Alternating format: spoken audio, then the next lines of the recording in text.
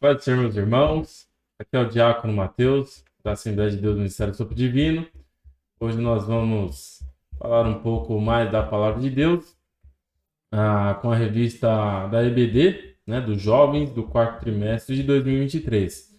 É uma honra estar aqui com vocês de novo. Espero ajudá-los, né, ajudar você, professor, e você que está interessado em aprender um pouco mais da Palavra de Deus. Nós vamos estudar a lição 6.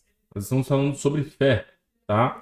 Nós estamos na lição 6 e a lição 6, ela tem como título Fé para crer na natureza humana e divina de Jesus. Amém? Fé para crer na natureza humana e divina de Jesus. O texto áureo encontra-se no Evangelho de Jesus segundo João, capítulo 1, versículo 1, que diz assim: no princípio era o Verbo, e o Verbo estava com Deus, e o Verbo era Deus. Resumo da lição: cremos na natureza humana e divina de Jesus, e na sua obra salvífica para a humanidade. Objetivos: nós temos 3 objetivos básicos. O primeiro é explicar a singularidade de Jesus. Segundo, destacar as evidências de que Jesus possuía atributos divinos. Terceiro, saber que Jesus esvaziou-se de si mesmo. Ok? Esses 3 objetivos aqui nós pretendemos alcançar com esta lição. Leitura bíblica em classe. A leitura bíblica em classe se encontra, está baseada em 2 textos. O primeiro texto é do Evangelho de Jesus segundo João, capítulo 1, versículos 1 a 5. E o segundo texto está na carta aos Colossenses, capítulo 1, versículos 13 a 19. É muito importante, nós sempre falamos isso. Você, professor em sala de aula, deve ler pausadamente com todos os alunos desses textos, porque eles vão nos ajudar a entender o que está sendo ensinado na lição. Ok? Introdução. Cremos que o Senhor Jesus Cristo é a figura central de toda a realidade cristã. Entretanto, ao longo dos anos, a doutrina de Cristo tem sido submetida a muitas heresias. São pessoas incrédulas tentando explicar como o Filho de Deus se fez carne e habitou entre nós. Jesus foi gerado no ventre de Maria pela ação do Espírito Santo. Tal verdade não é uma questão mitológica. Você verá que o objetivo dessa lição é reafirmar as bases da divindade, humanidade e singularidade de Jesus. Amém? Então nós começamos aqui no primeiro tópico. O primeiro tópico tem como título a singularidade de Jesus. E dentro deste primeiro tópico, nós temos o primeiro subtópico, que é plenamente divino, plenamente homem. Segundo, a declaração das Escrituras a respeito de Jesus. E o terceiro, a palavra Kyrios aplicada a Cristo. Antes de começar a comentar esses tópicos, é muito importante a gente entender que nós estamos tratando de um assunto complexo. E que no decorrer da história da igreja, esse assunto já foi alvo de muitas heresias. Então é necessário que nós venhamos compreender corretamente este assunto e entender o que a palavra de Deus trata a respeito disso, para que nós também, na nossa má compreensão, não venhamos falar nenhuma heresia. Então é importante que nós venhamos pensar, repensar, ler e reler, para que nós não venhamos errar no entendimento deste assunto. Ok? Vamos lá. Eu vou ler pausadamente aqui. Nós não temos o costume de ler os subtópicos, mas vamos ler, porque trata realmente de uma questão bem complexa. Subtópico 1, plenamente divino, plenamente homem. Jesus Cristo teve 2 naturezas, a divina e a humana. Ele era plenamente homem, mas também plenamente divino. Jesus era Deus vindo em carne. Todo-Poderoso habitou entre nós, e a sua encarnação foi o ato divino pelo qual assumiu para si a natureza humana. Existem muitas provas da divindade de Cristo. nas Escrituras Sagradas, segundo Stanley Orton, os escritores do Evangelho sinóticos usam a expressão filho do homem 69 vezes. Essa era uma expressão que Jesus utilizava a respeito de si mesmo. Então vamos lá. Jesus, ele era 100% homem e 100% Deus. Em nenhum momento da história nós vamos ver Jesus deixando a sua divindade de lado.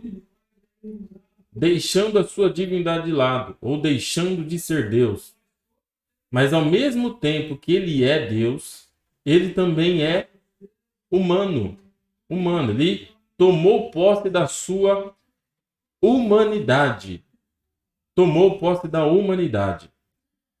Quando nós olhamos para a carta de Paulo aos Coríntios, a primeira carta de Paulo aos Coríntios, nós vamos entender, é importante a gente explicar isso, nós vamos entender, Paulo está falando ali sobre a ressurreição, que os irmãos de Corinto, eles, por causa de um sincretismo religioso, eles estavam misturando o helenismo com o cristianismo. O helenismo, ele não acreditava na ressurreição. Em uma das suas crenças, né, eles não acreditavam na ressurreição. E o cristianismo se baseia na ressurreição, principalmente da de Jesus Cristo.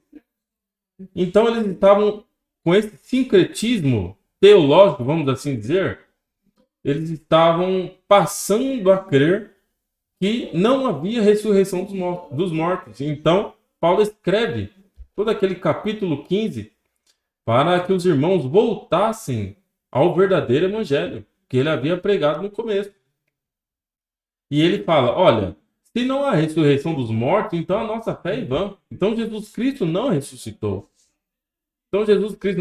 E no final do texto, o apóstolo Paulo, ele diz assim, olha, o primeiro Adão, ele faz um paralelo entre Adão e Jesus. Que Adão, sendo o primeiro homem, o primeiro representante da humanidade, ele pecou e trouxe morte para toda a humanidade. Agora, esse segundo Adão, ele morreu sem pecado e trouxe vida para a humanidade. Então é necessário para a gente entender isso, por quê? Porque nós não podemos negar que Jesus, sendo Deus, ele não era homem. E Jesus, sendo homem, ele não era Deus. E outra coisa que é importante nós falarmos, e você, professor, precisa citar em sala de aula. Esse é um dos mistérios da Bíblia. A união hipostática de Jesus. A união da natureza divina com a natureza humana. Isso está diretamente ligado à Santíssima Trindade. Ok? A doutrina da Santíssima Trindade. Nós não vamos conseguir compreender completamente, porque o nosso pensamento, a nossa imaginação, a nossa capacidade de entendimento ela é limitada. Mas nós conseguimos aprender o que a Bíblia diz. O que a Bíblia diz? Que Jesus, mesmo sendo Deus, ele era homem. Ok? Jesus, 100% Deus. Jesus, 100% homem. Então vamos lá. Jesus, sendo representante da humanidade, o segundo homem, ele não poderia morrer como um Deus. Não poderia morrer como Deus, porque deveria ser da mesma natureza de Adão. O Adão humano pecou. Então agora, Jesus, sendo o segundo Adão, ele deveria morrer. É por isso que Jesus veio ao mundo como homem para nos salvar. Ele veio, foi gerado pelo Espírito Santo, inclusive isso está na nossa confissão de fé. Ele foi gerado pela Virgem Maria e em santidade, pelo Espírito Santo, foi gerado em Maria e teve ali a sua natureza humana. Mas Jesus deixou de ser Deus? Em nenhum momento. E uma das heresias muito conhecida, né, que foi levantada relacionada a essa questão é o arianismo. Próximo ao ano 325 o imperador Constantino, ele convocou um concílio em Niceia, é muito conhecido, né? O concílio de Niceia. Ele convocou um concílio para determinar algumas questões teológicas na igreja. Apesar dele não ser um papa, não ser um padre, né? Não ser um apóstolo nem nada, mas ele, por causa do poder político e religioso da época, ele fez essa convocação. E ali ficou decidido, né, a união hipostática, essa dupla natureza de Cristo, a natureza humana e a natureza divina. E o herege da época era o Ário. Ário era esse herege que ele dizia que Jesus não era Deus. Que Jesus não era Deus. Inclusive até, nós vamos ver aqui, o texto áureo, ele está em João, capítulo 1, versículo 1. E nós sabemos que João escreveu este evangelho, ele escreveu sobre o evangelho de Jesus para provar que Jesus era Deus. Contra o gnosticismo, que dizia que era impossível que Jesus pudesse ter uma natureza divina. Ok? Vamos continuar aqui no subtópico 2. Subtópico 2 diz assim: a declaração das Escrituras a respeito de Jesus. Vamos ler com calma. Nas Escrituras Sagradas, a palavra usada com relação a Cristo é teo. Daí onde vem a palavra teologia, ou seja, teo, Deus, né? E logia, estudo de Deus. Cujo significado é Deus. O mesmo termo é utilizado para fazer menção do Criador do céu e da terra, governante sobre todas as coisas. Essa verdade pode ser vista nos seguintes textos bíblicos no Novo Testamento. O que nós lemos, João capítulo 1, versículo 1, no princípio era o verbo estava com Deus, o verbo era Deus, né? Vemos aqui uma atribuição, a palavra de Deus atribuindo divindade a Deus, dizendo que Jesus é Deus, a própria palavra está dizendo. Aí nós temos aqui também João, capítulo 1, versículo 18. João, ele bate muito nessa tecla. E João, ele escreveu este livro, este evangelho, né? Quarto evangelho, justamente para provar que Jesus era Deus. Então nós temos aí João 1:18, que diz: Deus nunca foi visto por alguém. O Filho unigênito que está no seio do Pai, este o fez conhecer. Aí nós temos também João, capítulo 20, no versículo 28, que diz assim: Tomé respondeu e disse-lhe: Senhor meu e Deus meu. Tomé falando a respeito de Jesus. Senhor meu e Deus meu. Aí nós temos também lá em Romanos, muito importante a gente ler esses versículos. Romanos, capítulo 9, versículo 5, que diz assim: dos quais são os pais, e dos quais é Cristo, segundo a carne, o qual é sobre todos, Deus bendito eternamente. Amém. Isso é a palavra de Deus falando a respeito de Jesus. Afirmando que Jesus é Deus. Aí nós temos outros textos que você pode ler em sala de aula. Tito 2:3, Hebreus 1:8, 2 Pedro 1:1. Ok? É importante observar que há ao menos 7 passagens no Novo Testamento que se referem explicitamente a Jesus como Deus. No Antigo Testamento encontramos um versículo muito conhecido em que o nome de Deus é aplicado a Cristo. Porque um menino nos nasceu, um filho se nos deu. O principado está sobre os seus ombros e o seu nome será maravilhoso, Conselheiro, Deus forte, Pai da eternidade e Príncipe da paz. Nós vemos aqui que são nomes que estão falando, Isaías está falando a respeito do Messias. Inclusive, nós falamos aqui no subtópico 1 a respeito do termo Filho do Homem, né? Jesus, ele se apresentava como Filho do Homem. Ele falava: Filho do Homem veio buscar e salvar os que se haviam perdido. Este termo aparece 69 vezes nos evangelhos. 69 vezes. E é Jesus falando sobre si mesmo. E nós encontramos no livro de Atos o único que se referiu com este termo Filho do Homem, a não ser Jesus, foi Estevão.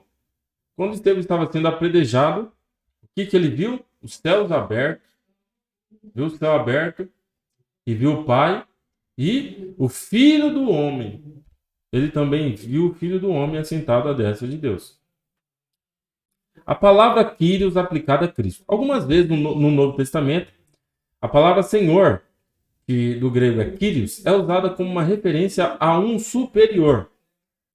Todavia, a mesma palavra é também usada na Septuaginta, a tradução grega do Antigo Testamento, que era regularmente usada no tempo de Cristo, como uma tradução da Bíblia hebraica Yahvé, ou Javé, ou o Senhor, como é muitas vezes traduzida. A palavra Kyrios é usada para traduzir o nome de Deus várias vezes na versão grega do Antigo Testamento. Portanto, qualquer pessoa no tempo do Novo Testamento que possuísse algum conhecimento do Antigo Testamento em grego, teria reconhecido que nos contextos em que fosse apropriado, a palavra Senhor era o nome do Criador e sustentador dos céus e da terra, o Deus onipotente. Tal verdade evidencia as duas naturezas de Jesus Cristo, a humana e a divina. Então, o que o texto está querendo dizer é o seguinte, que a palavra Kyrios, que significa Senhor, ela é aplicada a Jesus, ela é referida a Jesus. Ora, se Jesus não fosse Deus, como que nós poderíamos ver, por exemplo, uma palavra como esta sendo referida a Jesus, né? Chamando Jesus de Senhor.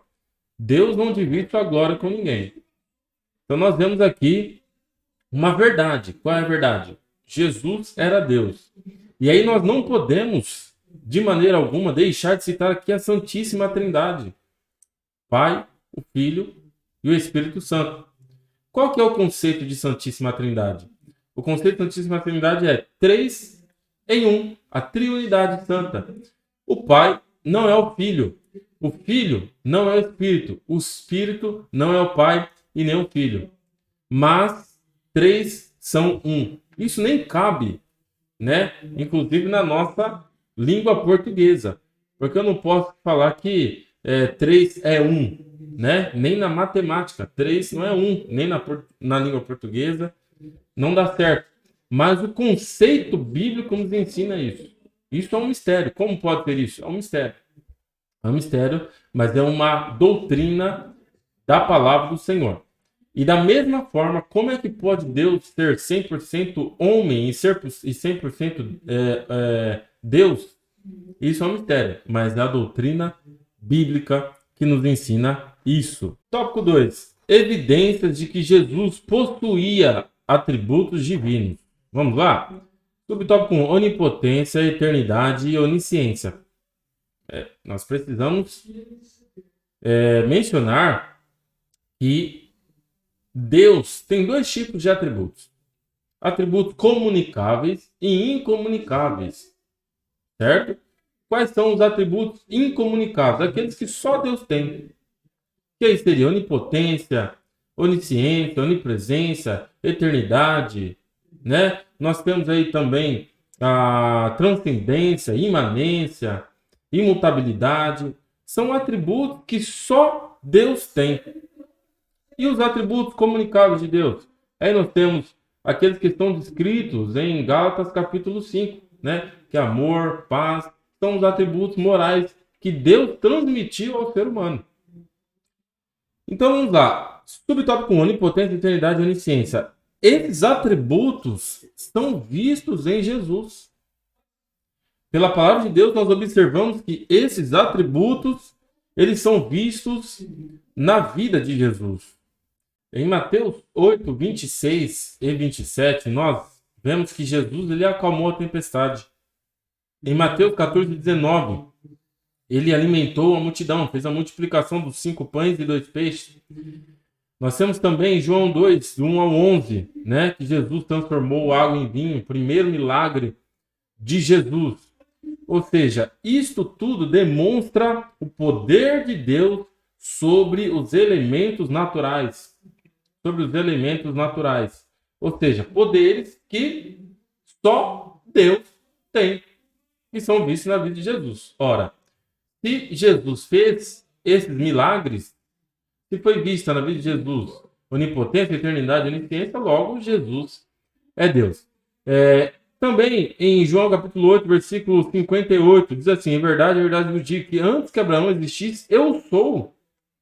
E nós sabemos que eu sou é o nome de Deus, né? Yahvé, que significado quer dizer eu sou, né? Inclusive quando Moisés ele tem um encontro com Deus e Deus se apresenta, né? Moisés pergunta: qual é o seu nome? Como que eu vou apresentar o Senhor se Faraó perguntar?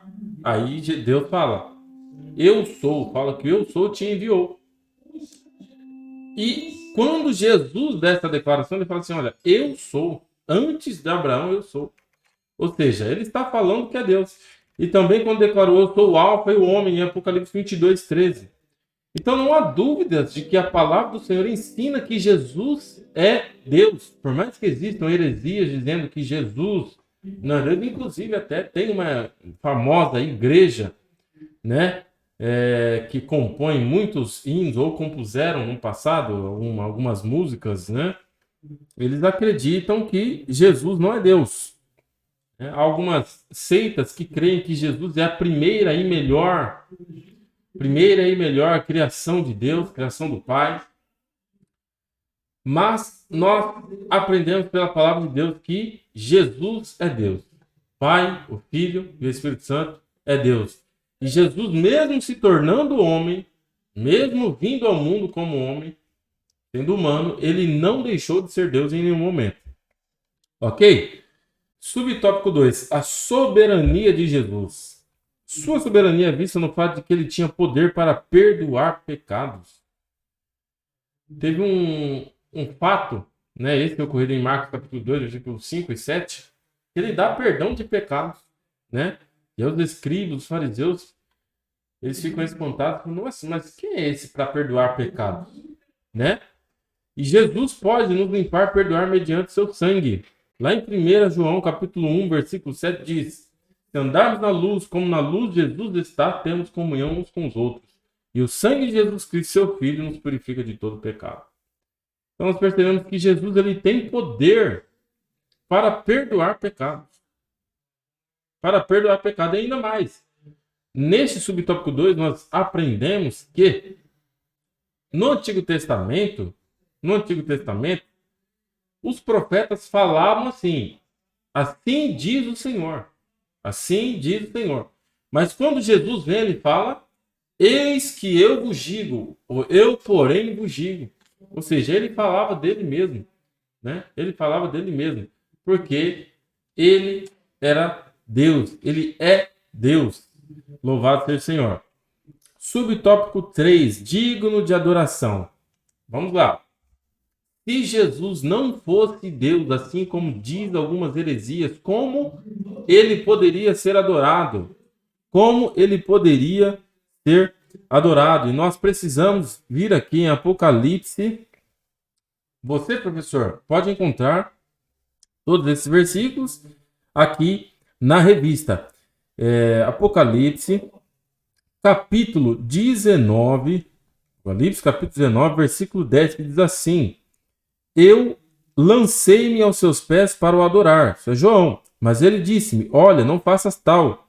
Sou teu conservo de teus irmãos que têm o testemunho de Jesus. Adora a Deus, porque o testemunho de Jesus é o espírito de profecia. É o espírito de profecia. Ou seja, o que o texto está querendo dizer? Que nenhum homem, nem anjo pode ser adorado. Somente Deus pode ser adorado. O João, ele se curvou, ele estava naquela revelação, e ele se curvou perante aquele anjo, mas ele falou: opa, peraí, não, eu sou seu conservo, não adore a mim, mas adore a Deus. Mas Jesus, ele é adorado. Jesus, ele é adorado. Vamos abrir aqui, por exemplo, Filipenses capítulo 2, Filipenses capítulo 2, versículo 9, diz assim: pelo que também Deus o exaltou soberanamente e lhe deu um nome que é sobre todo nome. Ora, se Jesus não é Deus, como ele é soberano? Como Deus iria elevar alguém para ser do mesmo nível que ele? Não tem como. Deus não divide sua glória com ninguém. O fato é que Deus, ele é Jesus, ele é Deus. Sempre foi. Antes da criação, João fala, né? No princípio era o verbo estava com Deus, o verbo era Deus. E aí o que acontece? A Bíblia fala que tudo o que foi feito por meio dele. Nada do que foi feito se fez sem Jesus. Ora, se Jesus criou todas as coisas, ele não poderia criar a si mesmo.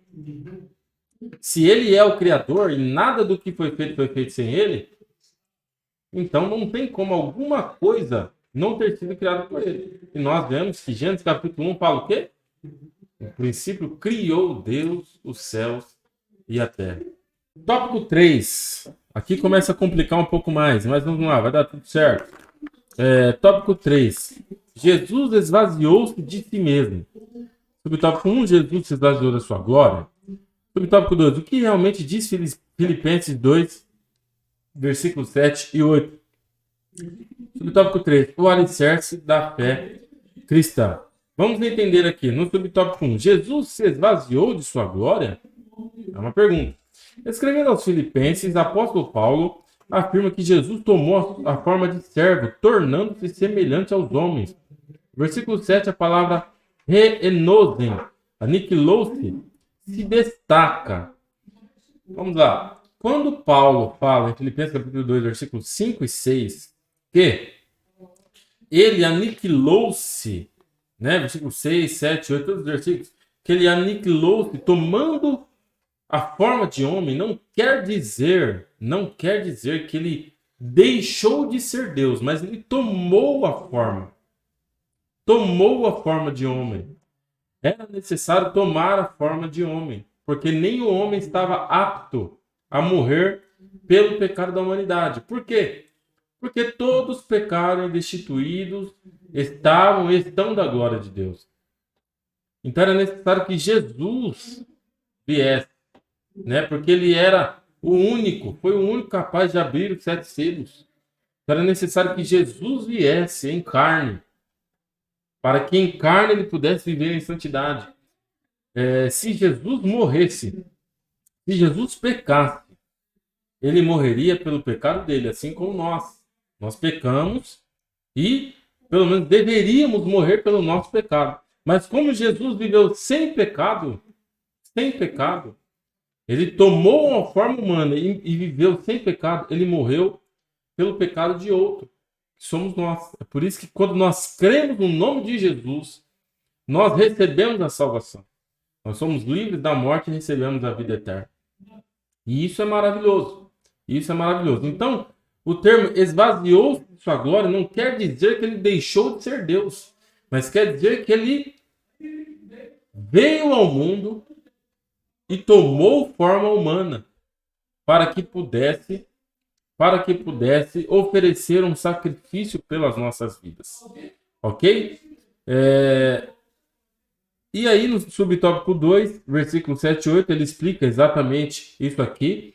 Inclusive, também é muito importante ressaltar. Quando a Bíblia fala que Jesus aniquilou-se a si mesmo, tomando forma de homem, não quer dizer que Jesus tenha deixado para trás os seus atributos. Não tenha deixado para trás. Quer dizer que ele deixou os seus atributos de lado. Jesus, mesmo sendo homem, ele era onipotente, onipresente, onisciente, né? Todos os seus atributos ele manteve. Mas como isso é possível? Isso é um mistério. Nós afirmarmos que Jesus deixou de ser onipotente, então nós estamos dizendo que Deus deixou em um momento o seu poder de lado. E não é isso que a Bíblia diz. Jesus manteve a sua divindade e a sua humanidade. Ok? O alicerce da fé cristã. Jesus Cristo é o verdadeiro homem e verdadeiro Deus. Não podemos deixar que nada e nem ninguém venha perturbar a nossa crença na singularidade de Jesus. Crer na natureza humana e divina de Cristo é basilar para todo o desenrolar da fé cristã. para que o pluralismo religioso obtenha êxito. E a singularidade de Jesus terá que ser questionada. Não podemos permitir isso. Ok? Isso é base para nós, para a nossa fé. Qual que é a base para a nossa fé? A justiça de Deus revelada em Jesus Cristo. Como? Nós somos dignos da morte eterna. A palavra de Deus é clara em dizer que a alma que pecar, essa morrerá. É claro em dizer que o salário do pecado é a morte. E quem poderia, então, nos livrar desse salário, desta punição? Jesus nos livrou dessa punição. Por quê? Porque ele veio ao mundo como homem para nos salvar. Para manifestar uma justiça não nossa, mas da própria justiça, a justiça de Deus, para com as nossas vidas. É aí que entra a graça de Deus. Porque ele nos dá algo que nós não merecemos, nos livra de algo que nós merecemos de verdade. Né? E a nossa fé está apoiada nisso. Nossa fé está apoiada nisso. Que o nosso Deus, sendo justo, não poderia nos salvar em pecado. Mas ele também não poderia nos deixar morrer por causa da sua misericordiosa. Por causa da sua misericórdia. Então, ele enviou o seu Filho ao mundo, conforme João capítulo 3, versículo 16. Amém? A nossa fé está baseada nisso. Conclusão. Somente por meio da ação de Deus e da singularidade de Jesus é que a humanidade caída pode ser resgatada. Jesus se fez carne para nos salvar. A forma humana também possuía a alma e assim pode se identificar conosco, com as nossas mazelas. Como vemos nos evangelhos, ele sentiu dor, tristeza, alegria e esperança. Ele compartilhou conosco a realidade da alma humana, mas ao mesmo tempo ele é Deus. Este é um dos mistérios da palavra de Deus. Amém? Creio que nós tenhamos, creio que nós tenhamos ajudado você, professor, você que veio em busca de conhecimento. Comente, compartilhe nossos vídeos. Se você não nos segue ainda, siga-nos. Será muito bom, muito importante para o crescimento deste canal. Amém? Deus abençoe.